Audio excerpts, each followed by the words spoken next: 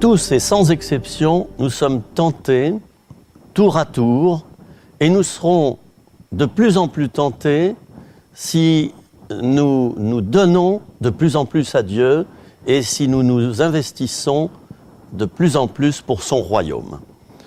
Jésus, lorsqu'il était à Gethsémanée, s'est jeté à terre.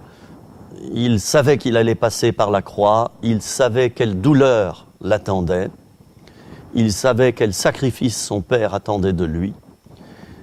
Il s'est jeté à terre, il a mis ses disciples en prière et 2 fois, il est venu les trouver pour vérifier si les disciples faisaient réellement ce qu'il avait dit. 2 fois, il les trouvera endormis. Et par 2 fois, Jésus leur donnera cette parole. On la trouve dans Luc, chapitre 22, verset 40. « Veillez et priez afin de ne pas tomber en tentation. » Nous avons donc là 2 clés à notre disposition si nous voulons devenir plus forts devant la tentation. C'est de veiller.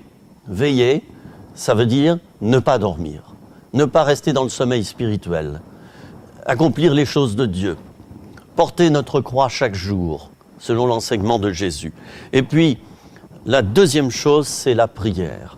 Passer du temps dans la présence de Dieu pour recharger ses batteries, je l'ai déjà dit bien souvent. Nous avons besoin de nouvelles forces et c'est dans le Seigneur que nous pourrons puiser ces forces en passant du temps avec lui, en dialoguant avec lui, en restant seul à seul avec lui, comme le faisait Jésus la nuit.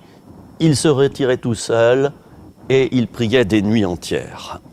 Nous avons aussi ce magnifique verset dans la première épître aux Corinthiens au chapitre 10 et au verset 13. « Aucune tentation ne vous est survenue qui n'ait été humaine.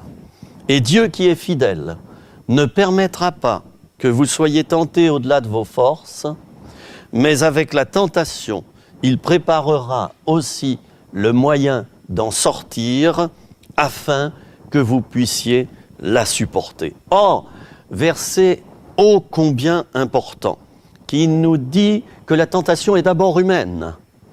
Il ne faut donc pas tout rejeter sur le dos du diable. Et puis, ce verset nous dit que Dieu est fidèle, il préparera pour nous le moyen d'en sortir et il nous aidera.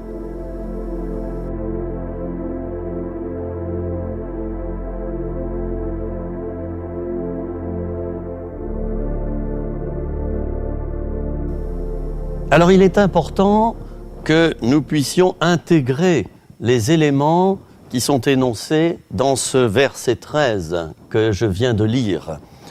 Il est important de savoir que Dieu, et je le relis, ne permettra pas que nous soyons tentés au-delà de nos forces. Et pourtant, bien souvent, il nous semble que nous sommes tentés bien au-delà de ce que nous pouvons supporter. Alors c'est à nous d'avoir la foi que ce n'est pas le cas, et aussi d'avoir la foi qu'avec cette tentation, Dieu nous donnera la force, il préparera aussi le moyen d'en sortir de cette tentation, afin que nous puissions la supporter. Tout cela, c'est une question de foi. Si nous maugréons, nous murmurons en pensant que Dieu, décidément, n'est pas avec nous et que Satan est plus fort que nous et que Dieu et que la tentation est trop forte, nous n'arriverons pas à vaincre la tentation. Mais si nous croyons que Dieu a préparé un moyen d'en sortir et qu'il va nous donner la force, alors nous recevons par la foi cette force et nous arrivons à nous en sortir. Et quelquefois, il nous suffit de nous éloigner du lieu de la tentation, je le dis au passage. C'est assez simple. Il faut courir pour partir d'un certain endroit où le péché se couche trop facilement à la porte. Ayant été tenté lui-même dans ce qu'il a souffert, Jésus peut secourir ceux qui sont tentés. Enfin, pour terminer, ce verset de l'Apocalypse, chapitre 3 et verset 10. « Je te garderai à l'heure de la tentation qui va venir sur le monde entier pour éprouver les habitants de la terre. C'est une promesse absolument merveilleuse que je vous invite à saisir avec moi maintenant et nous allons prier ensemble pour recevoir la force dans le combat. Seigneur, je te prie maintenant pour ceux et celles de mes frères et sœurs qui viennent d'écouter cet enseignement, qui viennent de voir cet enseignement. Et je te remercie de ce que tu leur donnes maintenant, une force surnaturelle pour résister aux tentateurs et à la tentation. Amen.